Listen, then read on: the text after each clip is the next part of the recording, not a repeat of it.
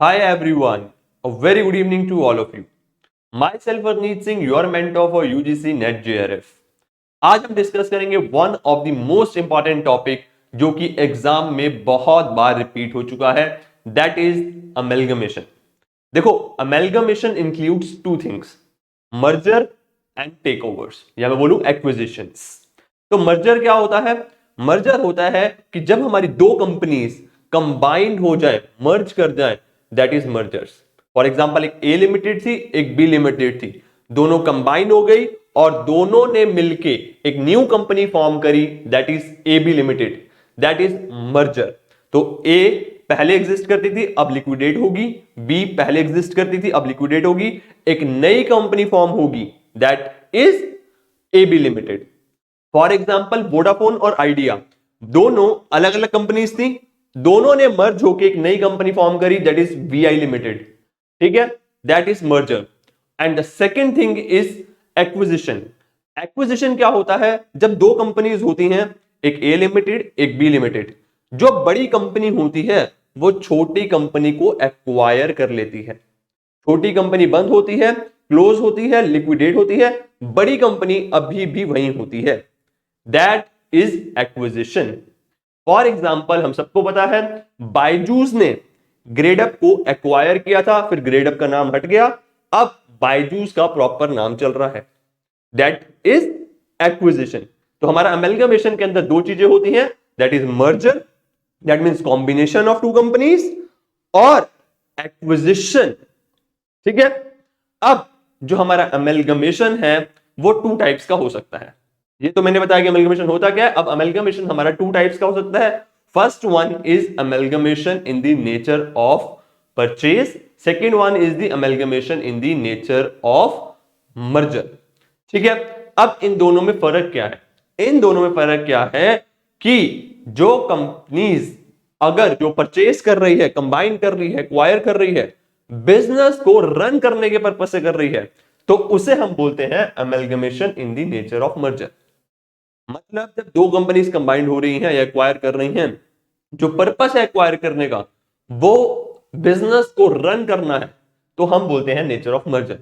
अगर पर्पस है कि लेट सपोज जो स्मॉल फर्म है उसने बड़ी फर्म को एक्वायर किया ताकि इसको बंद करके साइड में रख देंगे ताकि कंपटीशन को रिड्यूस किया जा सके, तो उसे हम बोलते हैं in the nature of purchase. अब ये कैसे पता चलेगा कि in the nature of merger है या in the nature of purchase है? तो इसमें हमारी हेल्प करता है accounting standard number 14. Accounting standard number 14 ने हमें 5 कंडीशंस दी हैं. अगर कॉम्बिनेशन हो रहा है, मर्जर हो रहा है या एक्विजिशन हो रहा है, अगर ये 5 कंडीशंस सारी की सारी फुलफिल्ड होती हैं, तो हम बोलते हैं जो हमारा अमेलगमेशन है वो है नेचर ऑफ मर्जर. अगर 5 में से कोई एक भी कंडीशन फुलफिल नहीं होती, तो हम बोलते हैं वो है amalgamation in the nature of purchase. ठीक. अगर अकाउंटिंग स्टैंडर्ड नंबर 14 के अकॉर्डिंग 5 की 5 कंडीशंस मैच हो रही हैं, तो amalgamation in the nature of merger, नहीं तो amalgamation in the nature of purchase. ठीक. अब एक बार 5 की 5 कंडीशंस को हम देख लेते हैं. तो ये जो मैंने बुक का पीडीएफ खोला है, ये बुक्स आप सबको ही जब आपने एनरोल्ड किया होगा यूजीसी में, तो आपको ये बुक अवेलेबल हुई होगी. तो इसी का पीडीएफ के थ्रू मैं आपको एक्सप्लेन कर देता हूं 5 की 5 कंडीशंस. पहली कंडीशन क्या है कि जो सारी एसेट्स एंड लायबिलिटीज होंगी ट्रांसफरर कंपनी की, वो जाएंगी ट्रांसफरी कंपनी में. अब सर ये ट्रांसफर और ट्रांसफरी कंपनी क्या होती है? तो जो भी ओल्ड कंपनीज हैं जैसे ए एंड बी, वो हमारी कहलाती हैं ट्रांसफरर कंपनी. जो भी न्यू कंपनी फॉर्म हो रही है एबी लिमिटेड, वो कहलाती है ट्रांसफरी कंपनी. या अगर मैं एक्विजिशन के पॉइंट ऑफ व्यू से बोलूं, तो जो ओल्ड कंपनी थी वो ट्रांसफरर कंपनी, जो एक्वायर कर रही थी दैट इज ट्रांसफरी कंपनी. ठीक. ऐसे याद रखो, ओल्ड और न्यू, जो बच गई वो न्यू, जो नई बच गई वो न्यू. जैसे A B limited new, that is transferee company. जो ओल्ड, जो बंद हो गई, जो लिक्विडेट हो गई, दैट इज ट्रांसफरी कंपनी. ठीक. अब 5 कंडीशंस क्या है? जो ओल्ड कंपनी होगी, मैं आपको इजी में बताऊंगा ओल्ड और न्यू में, जो ओल्ड कंपनी होगी जो लिक्विडेट हो गई, उसके सारे assets and liabilities will become a part of new company, या फिर मैं बोलूं ट्रांसफरी कंपनी. ठीक. पहली कंडीशन. सेकेंड थिंग, जो शेयर होल्डर्स हैं ओल्ड कंपनी के, लिक्विडेटिंग कंपनी के, उसमें से 90% शेयर होल्डर्स बनने चाहिए न्यू कंपनी के। ठीक, मान लो अगर 1 लाख रुपीस के शेयर होल्डर्स थे तो 90% जो शेयर हैं, तो 90,000 रुपीज, वो न्यू कंपनी के भी शेयर होल्डर्स बनने चाहिए। ठीक, थर्ड कंडीशन आ रही है कि जो भी अमाउंट पे होगी पुरानी कंपनी को, देखो जो ए बी लिमिटेड बन रही है तो ए और बी के शेयर होल्डर्स को कुछ ना अमाउंट तो दी होगी। जब बी ने ए को एक्वायर किया था तो कुछ ना कुछ तो अमाउंट दी होगी, तो जो अमाउंट पे करी होगी वो शेयर्स में करी होनी चाहिए। ठीक, ये नहीं कि आप कैश में पुरानी वाली कंपनी के शेयर होल्डर्स को अमाउंट पे कर रहे हो या कुछ दे रहे हो, आपको उनको नई कंपनी के इक्विटी शेयर होल्डर्स बनाना है, इक्विटी शेयर्स देने हैं। अब इस थर्ड कंडीशन में एक एक्सेप्शन है। एक्सेप्शन क्या है कि अगर कोई फ्रैक्शनल अमाउंट है तो उसके लिए कैश पे किया जा सकता है। फॉर एग्जांपल दो कंपनीज थी ए और बी, और ए बी बन रही थी, तो डिसाइड हुआ कि जो ए लिमिटेड है उसके हर एक शेयर होल्डर को लेट सपोज नई वाली कंपनी के 0.25 शेयर्स दिए जाएंगे। अब मान लो कोई शेयर होल्डर था जिसके पास एक्स अमाउंट के शेयर्स थे, दो, लेकिन उसको जो नई कंपनी के शेयर्स मिलने थे वो मिलने थे 5.6। अब 6 तो पेमेंट कर नहीं सकते इंडिया में, क्योंकि जो इंडिया में शेयर्स अलॉट होते हैं वो पॉइंट के बेसिस पे तो होते नहीं, यूनिट पूरे प्रॉपर यूनिट के होते हैं। तो इसलिए 0.6 की उसको पेमेंट कर दी गई और रिमेनिंग 5 शेयर्स उसको दे दिए गए न्यू कंपनी के। तो अगर कोई फ्रैक्शनल अमाउंट बन रही है इक्विटी शेयर्स की तो उसको वो पेड कर सकते हैं। ठीक, ये हो गई थर्ड कंडीशन। फिर आती है हमारी फोर्थ कंडीशन जो कि मोस्ट इंपॉर्टेंट, कि जो भी कंपनी होगी पुरानी कंपनी उसके बिजनेस को कंटिन्यू रखा जाएगा, उसके बिजनेस को क्लोज नहीं किया जाएगा। फॉर एग्जांपल जब बायजूस ने एक्वायर करा ग्रेडअप, तो ग्रेडअप के जो भी बिजनेस से कोर्स सेल करे सेलिंग के, वो अभी भी चल रहे हैं। ठीक, समझ आ गया।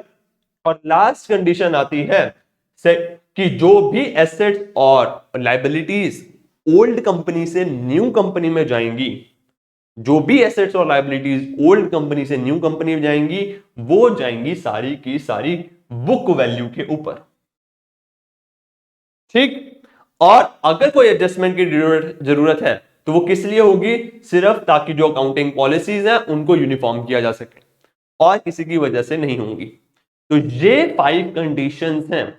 अगर अमेलगमेशन के केस में कोई कंपनी अमेलगमेट हो रही है, उस केस में अगर ये 5 की 5 कंडीशंस फुलफिल होती हैं तो हमारा माना जाएगा कि जो अमेलगमेशन है that is nature of merger, otherwise वो माना जाएगा नेचर ऑफ परचेज। रिवाइज कर ले 5 कंडीशंस। फर्स्ट वन हमारी की सारी एसेट्स पुरानी कंपनी से नई कंपनी में आएंगी, कोई भी एसेट को छोड़ा नहीं जाएगा। सेकंड, जो 90% शेयर होल्डर्स हैं वो नई कंपनी में आएंगे। थर्ड, शेयर होल्डर्स को शेयर्स दिए जाएंगे, कैश में पेमेंट नहीं होगी एक्सेप्शन के साथ। फोर्थ, ओल्ड वाली कंपनी का बिजनेस रन किया जाएगा। एंड फिफ्थ, हमारा जो भी वैल्यूज है एसेट्स और लायबिलिटीज की वो बुक वैल्यू ली जाएगी। ठीक, अगर इन 5 कंडीशंस में से कोई भी एक कंडीशन फुलफिल नहीं होती तो हम बोल देंगे कि जो अमेलगमेशन हुआ वो हुआ नेचर ऑफ परचेज। ठीक, अब आपका क्वेश्चन आ रहा होगा सर हमने 2 डिफरेंट कैटेगरीज बनाई क्यों? ये 2 डिफरेंट कैटेगरीज इसलिए बनी क्योंकि दोनों ही कैटेगरीज के लिए अलग अलग accounting rules and principles apply होंगे। तो अगर हमारा नेचर ऑफ परचेज है और इंटरेस्ट मेथड है, मतलब अगर हमारा जो नेचर ऑफ मर्जर है, सॉरी, जो हमारा अमेलगमेशन है वो नेचर ऑफ मर्जर निकलता है, मतलब हमने 5 कंडीशंस को फुलफिल किया, तो जो हम रूल्स लगाएंगे वो लगाएंगे पूलिंग ऑफ इंटरेस्ट मेथड। मतलब जो अकाउंटिंग मेथड्स लगाएंगे वो अकाउंटिंग स्टैंडर्ड्स में दे रखे हैं और उस मेथड का नाम क्या है, पूलिंग ऑफ इंटरेस्ट मेथड। इस मेथड के अंदर क्या होता है, जो भी ए लिमिटेड जो ओल्ड कंपनी है उसके सारे एसेट्स और लायबिलिटीज नई कंपनी में सेम वैल्यूज पे आ जाते हैं। एक एग्जांपल के तौर पे बात करता हूं, लेट्स सपोज ए और बी अमेलगमेट हो रही हैं, मर्ज हो रही हैं, तो मान लो ए के पास लैंड है 5 लाख रुपीस की और बी के पास लैंड है 3 लाख रुपीस की। तो ए बी लिमिटेड की बैलेंस शीट में जो लैंड दिखेगी वो दिखेगी 8 लाख रुपीस की। That is pooling of interest method कि जो भी एसेट्स और लायबिलिटीज हैं सारे के सारे सेम के सेम कंबाइंड हो जाएंगे नई वाली में। या मान लो अगर कंपनी अमेलगमेशन में वो कर रही है, एक्वायर कर रही है, तो मान लो अगर जो हमारी छोटी कंपनी है, ओल्ड कंपनी है, उसके बैलेंस शीट में दिख रहा है, उसके बैलेंस शीट में दिख रहे हैं लाइबिलिटीज 1 लाख रुपीस की, तो जो नई कंपनी जो एक्वायर कर रही है उसमें भी 1 लाख की लाइबिलिटीज ऐड हो जाएंगी, सेम टू सेम। अब मान लो कि ओल्ड कंपनीज के केस में कुछ हमने कम पे किया या ज्यादा पे कर दिया है शेयर होल्डर्स को, मतलब मान लो जो नई कंपनी फॉर्म हो रही है उन्होंने शेयर होल्डर्स को ज्यादा पे कर दिया है जो कि एग्जिस्टिंग से ज्यादा था। मान लो 5 लाख के शेयर थे ए को, 5 लाख रुपीस के शेयर थे ए लिमिटेड में। अब जब मर्ज हुई तो ए लिमिटेड के शेयर होल्डर्स को मिले 6 लाख रुपीस के शेयर्स, मतलब 1 लाख रुपीस की अमाउंट ज्यादा आ गई, राइट। मतलब जब नई कंपनी फॉर्म हुई, डिसाइड हुआ कि ए लिमिटेड को 6 लाख के शेयर होल्डर्स को 6 लाख रुपीस के शेयर्स दिए जाएंगे। अब इससे क्या होगा, बैलेंस शीट मिसमैच होगी। तो इस चीज को बचने के लिए जो एबी लिमिटेड है उसके रिजर्व्स को कम कर दिया जाएगा। मतलब अगर in the case share holders को ज्यादा पे किया जा रहा है या कम पे किया जा रहा है according to balance sheet of the old company, तो नई बैलेंस शीट के रिजर्व्स में से उतना ही प्लस या माइनस कर दिया जाएगा। मान लो ओल्ड कंपनी के शेयर होल्डर्स को 1 लाख रुपीस ज्यादा पे करे गए, तो नई कंपनी के रिजर्व्स में से 1 लाख रुपए कम कर दिए जाएंगे। या ओल्ड कंपनी के शेयर होल्डर्स को 50,000 रुपीस कम पे करेंगे, तो नई कंपनी के बैलेंस शीट में रिजर्व्स को 50,000 से बढ़ा दिया जाएगा। ठीक, बाकी एसेट्स और लायबिलिटीज बिल्कुल सेम टू सेम अमाउंट से आएंगे। ये तो हो गया हमारा अकाउंटिंग जो मेथड हो गया, पूलिंग ऑफ इंटरेस्ट मेथड। अब ये कब यूज होता है, ये तब यूज होता है जब हमारा फाइंड होता है कि नेचर ऑफ मर्जर है, मतलब 5 की 5 कंडीशंस फुलफिल हो रही हैं। अगर 5 की 5 कंडीशंस फुलफिल नहीं होती, मतलब जो कि हो गया हमारा नेचर ऑफ परचेज, मतलब जो अमेलगमेशन निकली नेचर ऑफ परचेज, उस केस में जो अकाउंटिंग के मेथड जो रूल्स फॉलो करेंगे उस मेथड को हम बोलते हैं परचेज मेथड। परचेज मेथड में क्या होता है, जो भी एसेट्स और लायबिलिटीज न्यू कंपनी ने जिस अमाउंट में ली होती हैं उस अमाउंट में नई बैलेंस शीट में दिखती हैं। ठीक, समझ आ गया। जितने भी अमाउंट में ट्रांसफरी कंपनी ली होती है उस अमाउंट पे लिखती है। अगर इससे रिलेटेड क्वेश्चन में इंफॉर्मेशन नहीं दे रखी तो जो हमारा बुक वैल्यू हो गया या फेयर वैल्यू हो गया वो लिया जाता है हमारा अमाउंट। देखो पहले वाले केस में क्या था कि सेम की सेम वैल्यू लेनी है, इसमें जिस अमाउंट में नई वाली कंपनी ने उसे एक्वायर किया और कौन से और एसेट्स और लायबिलिटीज को एक्वायर किया वो ही सिर्फ नई वाली बैलेंस शीट्स में जाएंगी, नई कंपनी की बैलेंस शीट्स में जाएंगी। ठीक, समझ आ गया। तो जो हमारी वैल्यूज होंगी वो होंगी fair value at the date of amalgamation. और अगर सेम चीज कुछ ज्यादा और कम पे किया जा रहा है, जैसे उस केस में रिजर्व से एडजस्ट हो रहा था, इस केस में हमारा गुडविल या कैपिटल रिजर्व क्रिएट होगा। ठीक, समझ आ गया। ये था एक बेसिक स्ट्रक्चर अमेलगमेशन का। So that's all from my side. Bye bye, take care, have a nice day.